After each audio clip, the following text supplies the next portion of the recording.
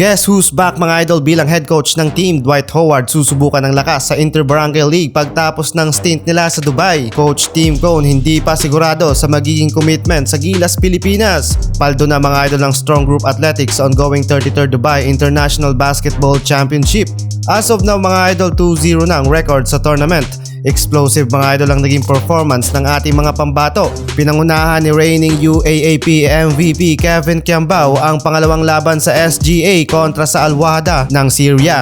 Impressive mga idol ang kinamada niya sa stat sheets with 24 points, 5 rebounds and 2 assists. Parang sinapian lang mga idol ni Stephen Curry si Kiambao. Impressive perfect 6 of 6 3-pointer. Samantalang si Francis Iskandor for 18 points and 5 of 6 3-pointer. Nadali ng SGA ang koponan ng Syria sa outside shooting at natapos sa score na 67-89. Samantalang masusubukan ng lakas ni Dwight Howard sa Inter-Barangay League. Pagtapos mga idol ng stint ng SGA sa Dubai ay maglalaro naman si Dwight Howard para sa koponan ni Kong TV sa Kong's Unbelievable Basketball.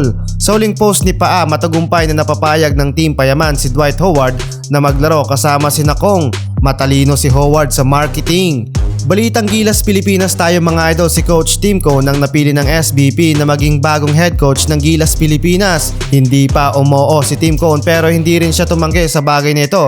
Pero sa kanyang opinion mga idol, dapat daw na ayusin at planuhin muna ng maayos ng SBP ang magiging roadmap ng ating national team sa FIBA World Cup bago pumili ng head coach na mag-handle dito. Maraming factor kasi ang posibleng makapagtanggi kay Coach Tim. Isa na dyan mga idol kung itong trabaho na to ay full-time dahil maaapektuhan talaga ang kanyang pagiging head coach sa Barangay Ginebra. Nilinaw din niya mga idol na fully committed siya sa kanyang mother ball club. Magandang idea mga idol ang hinain ni Tim Cone sa SBP if they want to get a best player para sa Gilas, Pilipinas.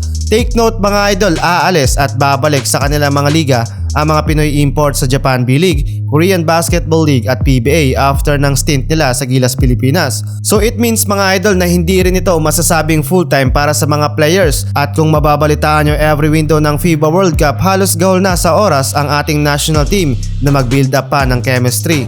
Ito ang opinion ni Tim Cone kung nais talaga ng SBP ng full-time coach at player sa Gilas, Pilipinas. Pwede daw na kumuha at ipagsama ang mga best player ng iba't ibang kolehiyo. Mainam ito mga idol dahil makakapag-practice sila araw-araw. Pero kung ang nais lang ng SBP na kunin ng mga players ay mula sa PBA or international based players para sa tournament this year, hindi na daw required ang pagiging full-time coach ng Gilas, Pilipinas. And guess who's back mga idol? Chot Reyes nagbabalik bilang head coach ng TNT Tropang Giga. Even though na nagbakasyon na ang TNT sa PBA, may natitira pa silang laban sa EESL ngayong January 24 kontra sa team ni Renz Abando na Jungkwan Jang Red Booster na gaganapin sa Phil Sports Arena.